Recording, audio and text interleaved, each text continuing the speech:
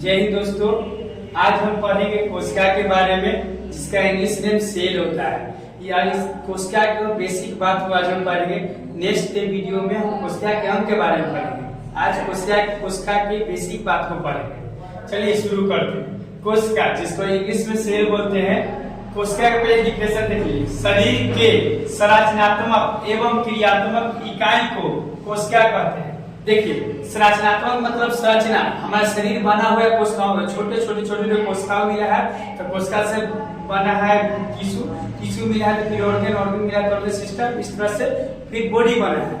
देखिए सबके अगर कहने का मतलब संरचनात्मक क्रियात्मक, तो कहने का मतलब बेसिक एक ऐसा चीज लेना है ना जो मतलब सब गुण रहा है। सबसे छोटा ऐसा चीज लेना है जिसमें सब गुण रहा है, उसी को हम बोलते हैं संरचनात्मक। पूछिएगा कि देखिए इसका डिफिनेशन, शरीर के संरचनात्मक क्रियात्मक का संरचनात्मक मतलब सबसे छोटा यूनिट ऑफ बॉडी सेल के कहते हैं। यूनिट करने का मतलब देखिए सबसे छोटा इकाई है कोशिका। इकाई कहने का मतलब हुआ ना कि सबसे छोटा चीज जिसमें सब फंक्शन आ जाए। जैसे कि दीवार की इकाई कोई कहेगा, दीवार की इकाई बताइए, तो दीवार में देखिए बहुत सारी चीज होता है, लेकिन मेन रूप से क्या है? ईंटा है। बिना ईंटा के दीवार नहीं ना बनेगा। तो उसी तरह से शरीर का सबसे इम्पोर्टेंट और छोटा भाग पूछेगा तो आपको बोलना है कोशिका। यूनिट कोई कहा कि यूनिट का मतलब होगा सबसे इम्पोर्टेंट भाग, ठीक ना। हम छोटा बोले हैं यूनिट, छोटा सबसे छोटा यानी सबसे छोटा सबसे इम्पोर्टेंट, तो सबसे इम्पोर्टेंट सेल है। सेल से ही हमारा बॉडी बना है, यानी कि इसे ही संरचना हुआ है। क्रियात्मक मतलब फंक्शन। देखिए अब आप लोग डिफिनेशन समझ गए होंगे। शरीर के संरचनात्मक एवं क्रियात्मक इकाई को कोशिका कहते हैं। यूनिट ऑफ बॉडी सेल को कहते हैं। यूनिट करने का मतलब वो हुआ कि सबसे छोटा और सबसे इम्पोर्टेंट अंग। जैसे कि बताइए लड्डू के लिए लड्डू किसका बना होता है? बुनिया का बना होता है। तो लड्डू के लिए यूनिट क्या होगा? बुनिया होगा। तो उसी तरह शरीर का यूनिट कोई पूछे तो कोशिका।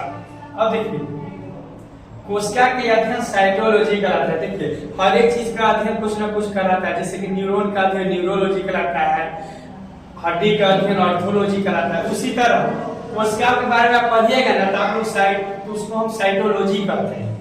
देखिए सर्वप्रथम कोशिका की खोज रॉबर्ट हुक ने किया था 1665 ईस्वी में। देखिए पहला बार जो कोशिका की खोज किए थे ना वो रॉबर्ट हुक ने किया था। लेकिन बताओ सबसे पहला बार कोशिका की खोज होगा तो मरले कोशिका की खोज करेगा। इतना तो पहले शुरुआत में तो आदमी चाहता है कि जैसे भी तैसे काम हो जाए। तो सबसे पहले कोशिका की खोज रॉबर्ट हुक ने किया, लेकिन ये किए थे तो मरद कोशिका की खोज किए थे, जीवित कोशिका की नहीं। कब किए थे? 1665 ईस्वी में। देखिए अब वैज्ञानिक सब एक से एक होता है। जब मृत कोशिका की खोज की रॉबर्ट हुक अपना आप इकरार रहते हैं कोशिका की खोज करी, कोशिका की खोज की। इसके पास उनके फिर इसके बाद है एक लीवन हॉक नामक वैज्ञानिक। पूरा नाम टॉमी लीवन हॉक है। लीवन हॉक ही हम लोग बोलेंगे। लीवन हॉक नामक वैज्ञानिक जो है ये जीवित कोशिका की खोज करते हैं। तो पूछेगा कि मृत कोशिका की खोज किसने किया? तो रॉबर्ट हुक। जीवित कोशिका की खोज किसने किया? तो बताना है लीवन हॉक। कब किए थे? 1674 ईस्वी में। लेकिन बताओ ये दोनों ने खोज करके चले गए, कोशिका के कोई बेसिक बात को नहीं बताए थे, केवल खोज करके चले गए। क्या चीज है कि हम कोशिका बोलेंगे। देखिए कोशिका के जो भी जीवित कोशिका की खोज किए थे इसलिए इनको फादर ऑफ बैक्टीरियोलॉजी कहते हैं, लीवन हॉक को। लेकिन ये दोनों कोशिका की खोज करके चले गए। बाद में आएंगे ये स्लाइडन एवं स्वान एक वैज्ञानिक है जो कोशिका के सिद्धांत दिए। ये बताएंगे कोशिका हमारे शरीर में है तो क्यों है, क्या जरूरी है, ये संरचनात्मक या क्रियात्मक इकाई सब बात कौन बताए? तो स्लाइडन और स्वान। तो देखिए कोशिका की खोज किए लीवन जीवित कोशिका की खोज किए लीवन हुक, मरद कोशिका की खोज किए रॉबर्ट हुक। लेकिन वो बोलेगा कि बताइए कोशिका के सिद्धांत यानी थ्योरी किसने दिया? तो बताना है स्लाइडन एवं स्वान ने दिए थे। देखिए एक वैज्ञानिक आए थे जिनका नाम था रॉबर्ट ब्राउन। इन्हें कोशिका के नाभि के खोज किए थे, निकेंद्रक के, कोशिका के केंद्रक के खोज किए थे। कौन? Robert brown. देखिए कैसे याद रखिएगा। जैसे छुहेरा आप लोग खाएंगे, छुहेरा के केंद्रक मतलब केंद्रक में क्या आएगा? बी आएगा, उसका बीज आएगा ना। तो देखिए अब भूरा कलर का होता है, ब्राउन कलर का होता है, तो उससे याद कीजिएगा कोशिका के केंद्रक के खोज किसने किए थे? तो रॉबर्ट ब्राउन ने किया था। 1881 ईस्वी में किए थे। अब बता दिया आप लोग को थ्योरी कौन दिया, पूछेगा ये थ्योरी कौन दिया है, सिद्धांत कौन दिया है? तो बताना है स्लाइडन और स्वान ने दिया था। अब देखिए सब कुछ हो गया, खोज भी कर दिया, सब जीवित कोशिका के भी खोज कर दिया, मृत कोशिका का भी खोज किया, अब उसका सिद्धांत भी दे दिया। अब बात कर रहा है बड़ी और छोटी कोशिका की। तो पूछेगा कि सबसे छोटी कोशिका क्या है? तो माइक्रोप्लाज्मा बताना है। सबसे बड़ी कोशिका क्या होता है, तो शुतुरमुर्ग के अंडे, ओस्ट्रिच के अंडे होते हैं जो सबसे बड़ी कोशिका होते हैं। देखिए छोटी जान गए, बड़ी जान गए, अब हम देखिए कि लंबी जाना होगा तो पूछेगा सबसे लंबी कोशिका क्या होता है, तो लंबी कोशिका बोलेगा तो बोला है तंत्रिका कोशिका होता है सबसे लंबी कोशिका।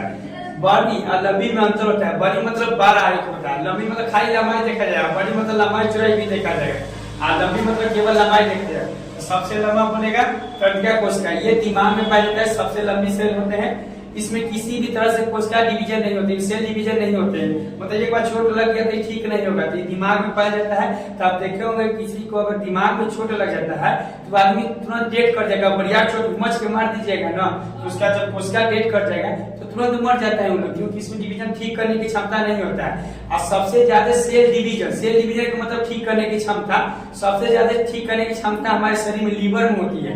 लीवर सेल डिवीजन बहुत ज्यादा होता है, तुरंत मारे कोई चाकू मारेगा तो लीवर तरफ मार देगा, आपको लीवर में चाकू मार देगा ना तो आप आराम से मतलब सही हो जाइएगा, उसमें कोई दिक्कत नहीं, सही हो जाएगा, क्योंकि उसमें सेल डिवीजन सबसे ज्यादा होता है।